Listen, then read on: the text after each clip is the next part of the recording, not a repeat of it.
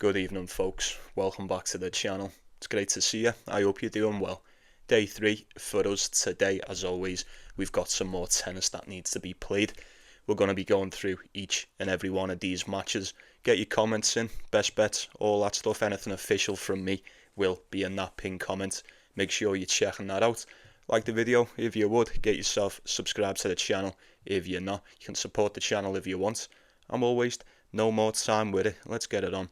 First things first, day 2. How did we manage in day 2? Did we win? Did we lose? Did we come close? I had 2 officials on the go for yesterday. Unfortunately, we did get hit with that rain delay over in Sweden, so they'll be carried on over for today. Fingers crossed. I've got Christian Garin to see one out, and then Mariano Navone for the other. We're in a good spot. We'll see how it goes. But now that's out the way, we will start off over in Mexico once again. South of the border, down Mexico way. Who have we got? We've got Colton Smith and Govin Nanda. You'd probably go with Colton Smith on this one. He's coming in a quite a big favourite indeed, 1.2 to 1.25. I think I may or may not be right, but I'm pretty sure I am. Don't quote me on it. Is this the first tour level match for Govin Nanda? I'm pretty sure it is. Fair play to the lad if it is. Just sitting outside the top 400, Colton Smith barely outside the top 100. We've seen quite a bit of Colton Smith this season, and you know what? It may just be me, but I think he tends to play decent pretty much everywhere. We've seen him put in decent performances on the hard court, over on the clay, definitely on the grass. And now we're back to the hard court. Happy days. I don't suppose there's much time to be wasted on this one. You probably would side with Colton Smith. I admit 1.2 is a bit steep. Nanda has had to come through qualifying. He's won both of them matches in straight sets. Although I'm not too sure if the opponents are, if they possess quite the quality that Colton Smith does on the day. Like I say, he's looking good. He does look like one of the more promising ones to come out of the States. I'll give him that. I'll be going with Colton Smith, although 1.2, like I say, it's very steep. You'll have to be rather hard up if you're that desperate for a 1.2. And then next up, we've got Wu and Tristan Schoolkate. Never get used to saying his last name. Never get used to that. Call it 1.5 on the decimal for Wu. I haven't seen much of this guy. I have not seen a lot of this guy at all this season. 14 wins, 4 losses, is that? That's not too bad. 14-4 for Wu. This guy's season pretty much started mid-May as we come onto the clay. Won a couple of games there, and then he's played 6 tournaments all season. Like I say, first one was the end of March in Miami. He played the Challenger Tour on the clay, entered the French Open, got beaten qualifying. He is then, most recently as well.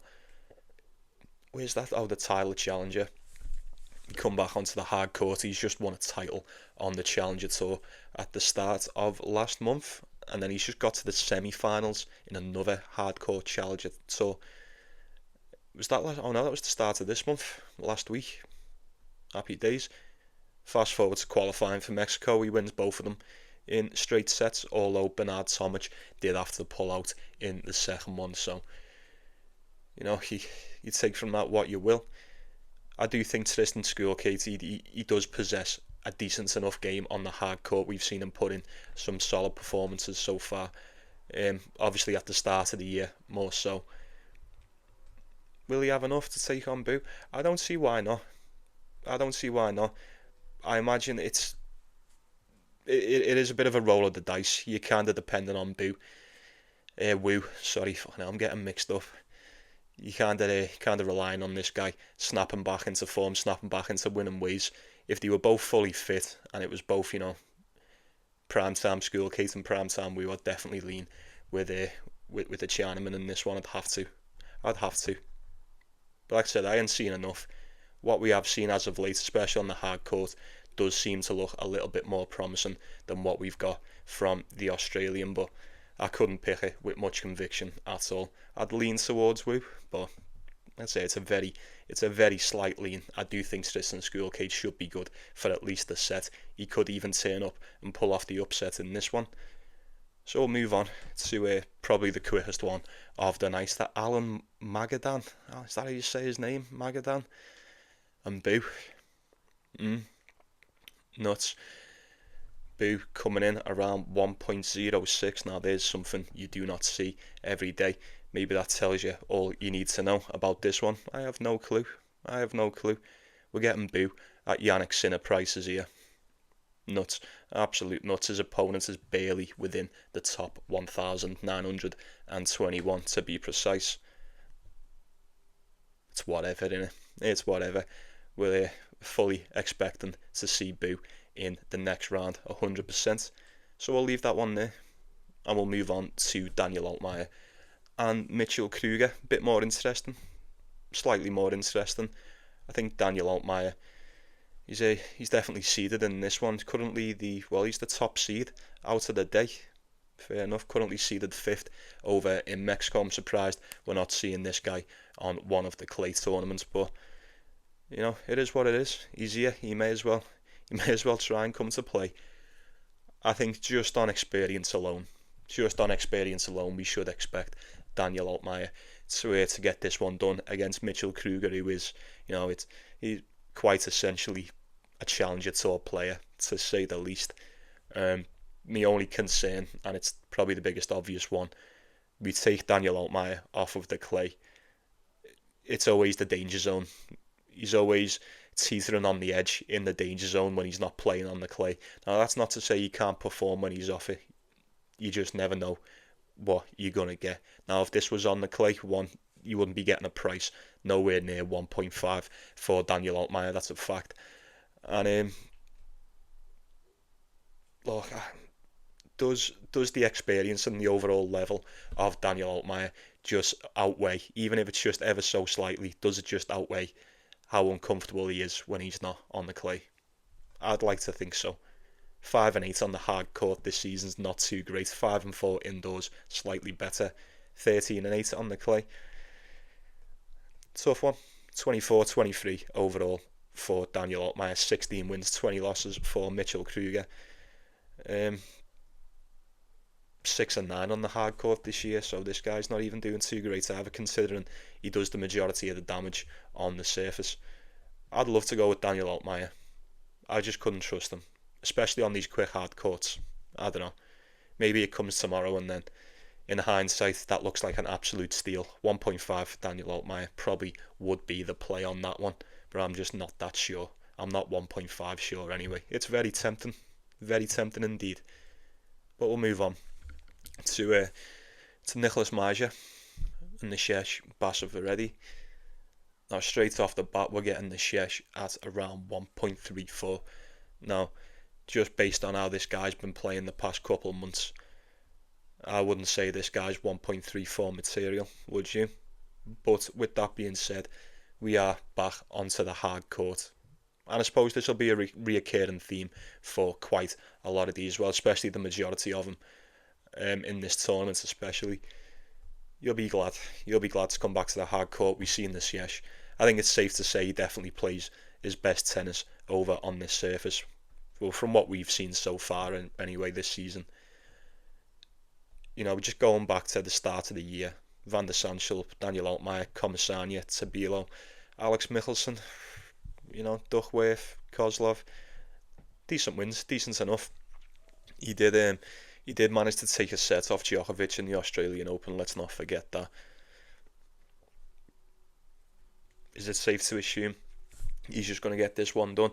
His opponent, I don't even know, what type of player is this guy? 11-12 on the hard court this season, 10-4 on the clay. I think it's safe to assume this guy's more suited to the clay than these quicker courts. I'm not going to sit here and pretend I know too much about him. I've caught a couple of matches here and there on the Challenger Tour, but I feel like that may just be what he is. And prior to Los Cabos as well, prior to qualifying for this, he was on a 3-game losing streak on the Challenger Tour. Now, I know I've just said in the Shesh, he ain't really been up to much this season either, but I feel like ever since we come off the hard court, the clay and the grass most definitely has slowed them down quite some. So we'll see how he goes. 1.3, maybe that tells us a small tail. I would lean towards the American to get that one done. And then we've got James Duckworth, Adrian Mannarino. I feel like we've seen this one this year, but we didn't. I could have swore we've seen this one recently, but we didn't. We did see it last year though. Well, we've seen a bit of it last year over in Dallas, 6-2, and then I think Duckworth had to retire. Head-to-head is 3-1 to the Australian, for those that care. 2024, 22, and then 21, 2016. Twice on the grass, once on the hard court. That went the way of Mannarino in the Australian Open 3 years ago.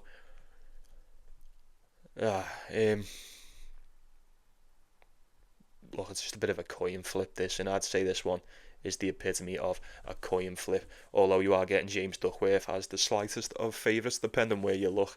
That is, Mannarino is always worth a shout. He's always worth a shout. You can't read into it that much. You especially can't overthink it with this guy. You know, given the point that he's at in his career currently. How much do I expect from Mannarino? Not a lot. Not a lot. I know he's still got some wins in there. He's most definitely hit that crafty veteran status. He's been there for quite a while now. He's just got to the final on the Newport Challenger a couple of days ago. So what, 3 days rest will that be? Got beat by Zahraj. I think James Duckworth's fairly decent on the... Well, he's decent enough. Decent enough, nowhere near like top 10, top 20 level. Probably not even nowhere near top 50. But he knows how to play on the hard court out of all of them. 9-8 this season, as opposed to 2 wins and just 9 losses. Well, say just 9 losses. I probably should say just 2 wins. Compared to 9 losses on the hard court for Mannarino, 0-3 outdoors. It's not good enough. It is not good enough at all. I am more than aware of the danger that lurks within someone like Mannarino. I just can't trust him. I just can't trust him to get this one done. I certainly can't trust James Duckworth to get this one done. I would probably just lean with the Frenchman, just based on what I know. If you don't come to play, if you're not dialed in against someone like Mannarino, he will take the piss out of you, even at this point in his career. Maybe look towards an over, maybe look at Mannarino for a set. Like I say, I'm just not too sure on that one. And we've got 2 more in Mexico, and then we will head on over to Europe. Let's hope the weather's better for us today. Eh? We've got Adam Walton and Rodrigo Pacheco Mendez. Is this the same guy who went on that little run in Mexico earlier on in the year? Let me just double check. He sounds awfully familiar. Where are you? Come here. It is Acapulco as well. Yeah, he got to the quarterfinals. Although, yeah, Casper Ruud pulled out. He beat Alexander Vukic. Casper Ruud pulled out. And then, that's right, I remember. He bumped into Davidovich Fokina, 6-2, 6-2. Not bad. Not bad. He's played here the past 3 years, and he has never got past the first round any of those tries. 19-18 on the season for the Mexican. 3 wins, 4 losses on the hard court, as opposed to Adam Walton, 24 wins, 14. This is another guy, like I said before, during one of the previous games. Adam Walton, another guy, probably super grateful that the hard court has come back around. He done shit on the clay, and he done equally, if not worse, on the grass. 1 win and just 5 losses. Well, just 1 win and 5 losses, should I say. Night and day when you're comparing it to the hard court game. His opponent seems to have done the majority of the damage on the clay this season. Like I say, fairly small sample size to go off on the hard court. These have played each other once before. That was 2 years ago on the Challenger Tour, and it was on the hard court, and it did go the way of Pacheco Mendez. He is a dog in this, only slightly. I mean, 2.4, 2.5. Showing a little bit of respect to him. I'll give him that. Is he coming in on a wild card on this one? I'd imagine so. He didn't have to qualify. He's definitely not seeded. Yeah, it's tough. It's tough. Adam Walton, prior to this, 2 wins in his last 10. He was on a 4-game losing streak. Not through lack of trying. win or lose, he took a set, he took 2 off Arctic Zo. Just doesn't seem to cut it on anything other than the hardcourt surface. But now we're back. I would imagine he's got more than enough to see this one through. However, he wants to go about it. This is the bounce back. This is the bounce back for Adam Walton. I'd imagine anyway. Although it's never really wise to go against these home dogs, especially in places like Mexico. He could just he done it last time in Acapulco. He could just turn up and do it again over in Las Cabos. And then we'll wrap this shit up with James McCabe. And oh my god, who's this? Luis Carlos Alvarez Valdez. Nice. It's got to be James McCabe. It's got to be James McCabe. Pretty much similar to the one we've just went through previous to this. I think we know more about James McCabe. He's probably a little bit more suited to the surface, if we could say that. Probably can't say that's probably not that fair to mention. I think this is the first time on the tour, on a tour level match for his opponent. So how this is going to go for him, I couldn't tell you. I'm not too sure, and I'm not going to sit here and pretend like I've heard of him or watched any of his game. I am rather unfamiliar with what the young Mexican is going to deliver today. With that being said, though, James McCabe, talk about a bang average season. 21 wins, 21 losses, 14-14 on the hard court, 0-2 on the clay, 7-5 on the grass. At least we're not playing on the clay. It's a bit of solace for James McCabe. I suppose you'd have to go with him. Unless you want to just take a punt on the home dog, it's entirely up to you. I don't know that much about it, so really there's not much to say, is there? Not much to say about this one. I suppose it would have to be James McCabe or not. 1.3, absolutely not. Absolutely not. That is very, very steep indeed. Very well, folks. That's us all done. Over in Mexico, we will head on over to Sweden. Fingers crossed the rain manages to hold up for us today and we actually get through these matches. But first off, we've got Hugo Gaston and E.Ymer. Tough one. Tough one. Doesn't get tougher than this, does he? You're getting E.Ymer round 1.7. Slight favourite. Quite a little bit of money coming in on that guy. Surprised me against Sebastian Hofner. He looked good. Not only did he look good, he won in straight sets too. Fair play. We thought Sebastian Hofner was going to smoke him, didn't we? No. E.Ymer turned up and said, not today. Hugo Gaston as well. Couple of question marks surrounding the fitness of this guy since the French Open. But he turned up and put that to bed against Seng. He made that one look rather easy. He made those that go against him look rather foolish today, did he not? But now they're pitted against each other. And I could have swore I've seen this matchup before, but I was getting confused with the time he played Sebastian Baez. Probably lean towards E.Ymer if I had to, just based on what we've seen this season, especially on the clay. 6-12 now for Hugo Gaston, 18-14 for E.Ymer. When he turns up, when his heart's in it, he's very tough to deal with. Very tough to deal with, especially on these slower courts. I feel like he thrives, definitely thrives. Hugo Gaston is just an absolute nightmare. He's a nightmare to bet on, he's a nightmare to bet against. I imagine on his day, he's a fucking nightmare to play against as well. But you just don't know how he's going to turn up. You never know how he's going to turn up. You probably just take either one for a set as a little parlay piece, a nice little sweetener. If you're desperate, I'd lean towards E.Ymer getting that one done. Maybe a nice little over. Next up, we have got Vic Kopriva. Is that? One moment. One moment, if you will. Yeah, we've got Vic Kopriva, Jesper de Jong. I'm feeling this one a little bit more. Head to head is one apiece. These have not played each other since 2022. That went the way of de Jong. And then Vic Kopriva got it done in 2020. Both of them coming on the clay. This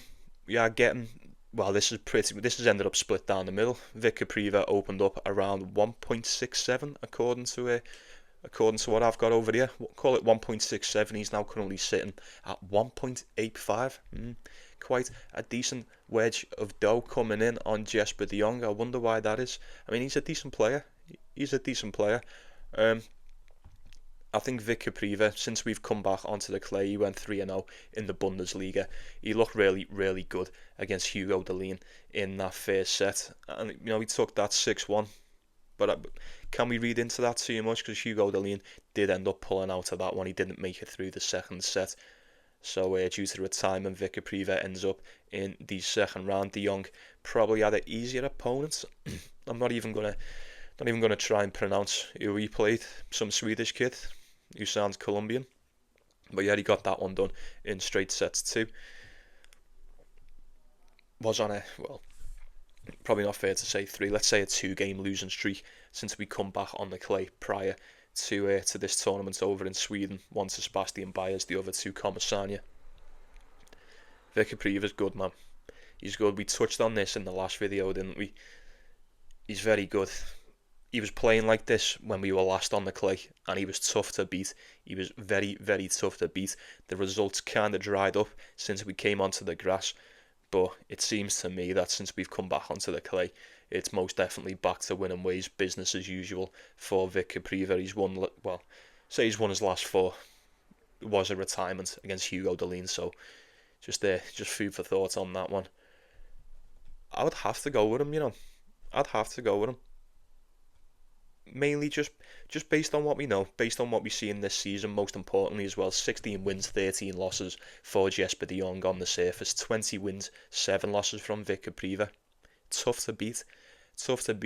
And you know what, at that price, 1.8, probably going to go up to 1.9. Call it split down the middle, depending where you look. You'll be able to get either one of these as a favourite, I imagine. I'd go with Vic Kopriva. I'd bite the bullet and I'd just go with Vic Kopriva on this one personally. I'm very, very tempted by it. I might take Vic Kopriva on the money line. Might need some quite the convincing to talk me out of that one. We'll see. If it's pinned, it's pinned. If it's not, it's not. I am aware that de Jong is no joke. We've seen him put in a couple of decent performances. I just think Vic Kopriva has dealt with, not only he hasn't dealt with like much better opponents, he's dealt with much more proven opponents, I'll say that. Let's just say he's dealt with much better opponents so far this season on the clay than Jesper de Jong. And not only that, he's dealt with a lot of opponents that I'd say were pretty much on par or more or less the same level as Jesper de Jong. If he turns up ready to play, I think he might just, if anything, edge this one out. It could be a bit scrappy, but I'd be willing to roll the dice on that one anyway. I'd be going with Vic Kopriva if I had to pick it. And then these are all carried over. So Misilic and Moller, Barrios Vera and Navone. Come on, Navone, fucking smoke this guy for me tomorrow. Michael E.Ymer, Bottas van der Sandschulp, Ugo Carabelli, Christian Garin. That's another one that I need. That started off. It looks, to say the least, we are in a good spot with these, but I don't know whether you watched the start with that Christian Garin and Ugo Carabelli game. That started off ropey as shit. That was dicey as fuck, man. It really was. He lost his serve straight away, Christian Garin that is, then he got it back, then he went a break up, and then just before it started pissing down, it looked like he may or may not have just lost his serve again, so fingers crossed. And then let's finish off the rest of them. We've got Andrea Pellegrino and Talon Griekspoor. You'd have to side with Griekspoor. You would have to side with Talon Griekspoor. They've played each other twice before, both on the clay back in 2021. Doesn't really help us much in this, but I don't really think we need it to. We just go off what we know. Talon Griekspoor 1.3. I'm just not going to go for that, and I'll tell you why. First off, if you look at it this way, if we get Majchrzak at Talon Griekspoor every day of the week, it's very steep, I know, but it's a sound parlay piece. If you need just a little booster to get you where you want to be on the price, then Talon Griekspoor more often than not tends to be your guy. He does, especially at a price like that. If he plays the way he plays in Majchrzak, and I know we're not on the grass anymore, but if he turns up with the attitude he had in Majchrzak, he wins this one. He wins this one pretty much 9 times out of 10, dare I say 10. But if we get Wimbledon, Talon Griekspoor, the one that turned up against Jensen Brooksby, fuck me, I think I'd have a good go at him. I would. And that's very concerning. That is very, very worrying for me. Pellegrino is currently on a 4-game winning streak. Obviously, had to qualify for this. Got one against Ugo Carabelli in the Bundesliga. Come through qualifying. Got it done against Jamie Farrier. look, Griekspoor should just be too much. It shouldn't even be a question. It shouldn't be a question. 1.3, it's very steep. It's very steep. I do feel like I'm gambling on the unknown with selling Griekspoor in this one, but then again, he loves to just come and try and dominate in these smaller tournaments, doesn't he? I don't know. I'm expecting him to get it done, but 1.3, there's not a lot of meat on the bone with these ones today, folks. But I think we'll just leave that one there. Yeah, we'll leave that there. It's got to be Griekspoor. We've got E.Ymer and Luciano Darderi. I'd say I was a bit impressed with E.Ymer against Tristan Boyer, but the reality is I wasn't really. I wasn't that impressed. I was impressed he managed to get it done in the end. I was happy for him, but I wasn't exactly, as George St. Pierre says. What was it, George St. Pierre? Fucking hell, fucked that one up. As GSP says, I wasn't impressed with your performance. Tristan Boyer, bang out of form as well. Ended up taking a set. That took 3 sets as well. It was all over the place towards the end. But E.Ymer, as predicted, in front of his home crowd, managed to get that one done by hook or by crook. Luciano Darderi took 3 sets for him to get past Colin Yon. We know Colin Yon's fairly decent on the clay too. Look, they both got the win. That's all that matters. How much the home crowd is going to help E.Ymer in this match today, I'm not so sure. It's one thing barely scraping past a bang out of form Tristan Boyer in 3 sets and then coming into one against Luciano Darderi. We know he prefers the clay. This is where this guy thrives. He's fucking lethal on it when he wants to be anyway. Not only that, win or lose, Darderi usually comes to play. And if Tristan Boyer is going to give you that much trouble, I would have to assume Luciano Darderi is going to bring it. He's most definitely going to bring it and deliver something to him, serve him up something fierce in front of his home fans. 1.3, once again, very steep, but like I said, this is the price you're going to have to pay for these favourites today. I do think Luciano Darderi might prove to be a bit too much. 18 wins, 12 losses on the clay for the Italian, 15 and 12 for E.Ymer. It's got to be the Italian, hasn't it? It's got to be the Italian. I imagine he turns up and puts a beating on E.Ymer tomorrow, opens himself up again. Chef's kiss. See you in the next round, mate. And then we'll finish off with Sebastian Baez and Nikolai Budkov Kjaer. It's a solid name, that. It's a very fucking strong name, that. How's he gonna get on against Sebastian Baez? I wonder. If I had to assume, if I had to guess, I'd say not very well. Not very well. And there's no shame in that. I think, well, I don't think, I know, and we know, Sebastian Baez is probably one of the most efficient clay court players we currently have on the tour at the moment. Fantastic. You always know this guy's going to come and bring the heat on the dirt. 3-game winning streak that was back in the Bundesliga. This is his first match over in Sweden. Budkov Kjaer did get past Thiago Monteiro in the first round. It took 3 sets and he has come through qualifying to beating Thiago Sebo-Field and then Pablo Lamas Ruiz in both their matches. It's just a big ask, innit? It's a big ask, as it is for pretty much everyone. Well, for most anyway, to get past Sebastian Baez. Now, I don't watch these Bundesliga games, so I haven't really seen Sebastian Baez since we were last on the clay. Would it have been? Since we were last on the clay? Yeah. And the first round on the clay, the early swing was great. And then, Indian Wells, Miami, dog shit, as we expected. Bucharest was fine. And then he just went into one hell of a slump after Bucharest, man. First round out to Thomas Mahac in Monte Carlo. Got to the second round in Barcelona. He did get beat by Holger Rune. No shame in that. First round exit to Demir Dzumhur. That was the one I was thinking of, I think. That was in Madrid. First round exit to Kopriva in Rome. Bordeaux Challenger. First round exit to Dinky. Fuck me. What? But yeah. But it doesn't stop there. It gets worse. First round exits in Hamburg to Ugo Carabelli and then a first round exit to Kecmanovic in the French Open.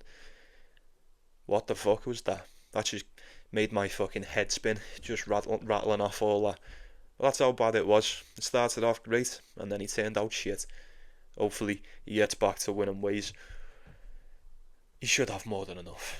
He should have more than enough to get past this guy. I don't really know too much about the, is he from Norway? The Norwegian? Yeah, he is from Norway, of course. He is Budkov, Kjaer. 8-8 on the clay so far this season. Dare I say, he ain't played anyone quite as dangerous as Sebastian Baez. I would be correct in saying that. Yeah, it's got to be Baez or nothing, folks. Got to be Baez or nothing on that one. Alright then, last one for us, heading on over to Switzerland. There's only 4 in this one. Should be rather short and sweet. So first off, we've got Majchrzak coming up against Ignacio.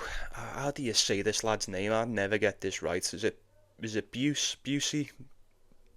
Bussy? Don't tell me it's that. I don't know. But you know who it is anyway. I'll be going with the Pole in this. I'll be going with Majchrzak. I thought we'll just call him Ignacio or Iggy for sure. Whatever the fuck. I'm not sure what his last name is. He did pull off the upset against Laszlo Djere. It took 3 sets to do so. He has come through qualifying too. He'll be more than delighted with his performance against Laszlo Djere. I thought Djere was going to do him. I just assumed he would. Well, that's what you get for assuming. Majchrzak, it was anything but easy for him against Terence Atman. But all that matters is that you get the win at the end of the day. Clocking in around 1.5 is Majchrzak. Opened up around 1.45. A bit of cash coming in on his opponent. Where's he from? This guy? Peru. Okay then. Okay, you learn something new every day. He's nearly, I was going to say 10 years. Let's be exact. He's 8 years older than him. Majchrzak, that is. I think he's good. Man. I didn't think Ignacio was going to get past Laszlo Djere. I really didn't. So maybe he's a bit of a sleeper coming into this. He does seem to do the majority, if not all, the damage on the clay as well. 22-12 this year, 45-24 last year. Not bad. I think Majchrzak might just be a bit of a different beast. We've seen this guy. Even this season, we've seen this guy. It's a bit of form. 12-6 on the clay, and he was hard to beat. Indeed. Over in Marrakesh, got to the semi-finals before he got beat by Talon Griekspoor, and that was a close game, 7-5 in tiebreak. He got to the finals. Well, he won the title in Madrid, the challenger in Madrid on the clay, and then weren't too good in the actual Madrid tournament. First round exits in Rome, French Open, got beaten in the Bundesliga, and then coming over to Gstaad, takes out Terence Atman. He was 1.3 against that man. It was a bit close, maybe a little bit too close for comfort. He's coming in at around 1.5 on this today. I would have to assume he gets this one done, but I will admit I am a little bit unfamiliar with the game of his opponent, so I'll probably just sit off that one. I mean, Majchrzak would be the play, if anything. Really quick, we've got, is that Patrick Zahraj? Yeah, we've got Zahraj and Roman Burruchaga. It was supposed to be someone else, but he's pulled out, and now he's got Patrick Zahraj. I couldn't tell you. But what I can tell you is this: Roman Budkov 1.15 on the decimal. Absolutely not. That's like Alvarez prices, Sinner prices, Djokovic prices. Most certainly, most definitely, absolutely not. Roman Budkov prices 136 in the world.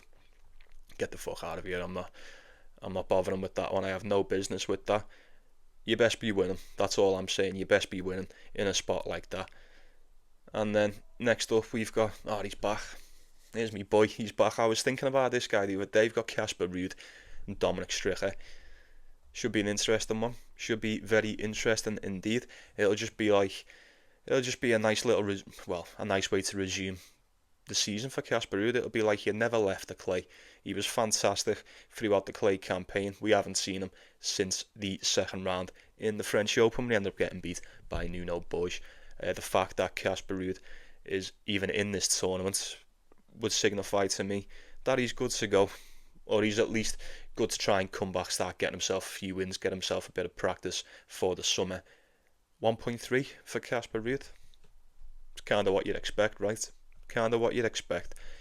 Dominic Stricher, we'll give a little bit of respect to this guy. He is good. He can come, turn up. He can serve well. I'm noticing a big spread here, 4.5 for Dominic Stricher. It's very coverable, I'd say. You could probably cover that. Casper Ruud, he may come out a little bit slow, a little bit rusty. I wouldn't put it past him now. I mean, we know how lethal Casper Ruud is on the clay when he's good to go. One of the best, no doubt. 13-4 this season. He's just been one of the best overall this season as well until he got a bit fucked up. 25 wins, 8 losses. Dom Stricher wouldn't playing at home.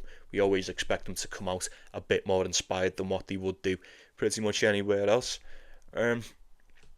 Is that enough to sway me as a dog, like for a dog pick in this? Probably not. Probably not. I mean, there's obviously going to be a bit of cash coming in on the dog just based on the price alone. We should expect that. 4.5. I wouldn't call you crazy. Certainly don't call me crazy for throwing it out there as just a small idea. We haven't seen Casper Ruud in what seems like forever, since the end of May. You know, he missed the entire grass season.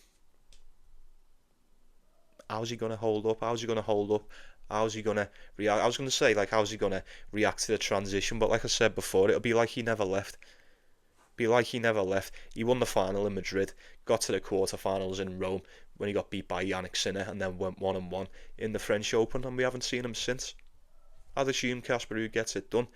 You know me, I will be most definitely rooting for Casper Ruud to get this one done. You've got to support your fellow Red, haven't you? And then we'll wrap this shit up with JM Cerundolo and David Goffin. Just want to give a quick tip of the cap to both of these pretty much. First off, Juan Manuel Cerundolo for getting it done against Jan-Lennard Struff. Thought he was entering the danger zone at that one. Did drop a set too, managed to rally, pull it back. Happy days for Cerundolo. Played a good one too. I suppose it was to be expected. He did get to the final on the Challenger Tour before he got beat by Navone last time out a couple of days ago. So good ship from him. Playing like his brother. That's what we like to see. Now, David Goffin. I wish I had the balls to fire on more of these dogs. I said, didn't I? I fucking told you David Goffin was going to turn up and beast this kid. Straight sets as well. How was he a dog in that? How did he end up being a dog in that? 2.3 for David Goffin. That was so disrespectful. And we called it as well. I mean, it weren't an arse whipping by any means. Tiebreaker in the first, 6-3 in the second, but it still stands. We did say, if the version of David Goffin turns up that we know, you know, the pro veteran of David Goffin, he'll beat you. If you give him half a chance to, and he'll definitely beat you. And the same most definitely applies to Cerundolo today in this one. You need to be careful. Especially against the 250 version of Goffin, man. This is I don't want to sound cruel, but this is all he's got. This seems to be all he has at the moment. I expect him, if he's fully fit, to go all out in tournaments like this. Is it wise to go against him? I don't think so. I think Juan Manuel Cerundolo is most definitely starting to come along now. 34 wins, 16 losses on the clay this year, as opposed to just the 4 wins and 3 losses for David Goffin. Currently getting Cerundolo around, I've got it here at 1.6, call it? Yeah. Call it 1.6. It opened up around 1.7. And obviously a little bit of cash coming in on the Argentine there. Kind of expect it. I expect it. I wouldn't call you crazy for leaning with the Argentine in this. I might go with him myself. If the odds were a little bit closer, I may have just took him to nick a set. But at a price like that, I feel like you're forced to just take the money line, if anything. But I don't know. Like I said for Martin Landelus, the same applies for Cerundolo. You need to be careful. You need to watch out with David Goffin, man, because if you're not dialed in, you will definitely get punished. Just heed the warning from the match prior to this. If he keeps his head on a swivel, he should be able to dog this one out like he did against Jan-Lennard Struff, but I think Goffin might just be a little bit more technical with it today than the German was in the first round. Lean towards an over. I could not talk it off either one to see that one through. And that's going to do us, folks. Thanks for watching the show. You know, I appreciate you stopping by. It means a lot to me. There's another one in the bag. Very well then. I'll be saying good night to you. You take it easy, yeah? You take care of yourselves. You take care of one another. It's the most important thing, isn't it? Like and subscribe. Make sure you do that. I'd appreciate it very much. let me know what you're going for, innit? Let me know what you're going for. I'm a bit sore. I'm trying to think what I'm going for today, but still got them two that I've carried over from day 2, so I'm obviously going to sit on them. Anything official for day 3 will be in that pinned comment, as it always is, folks. But I'll see you later, yeah? You stay beautiful for me. See you in a bit. Enjoy the tennis. Let's go get that cash today. Best of luck to you. I'll see you all tomorrow.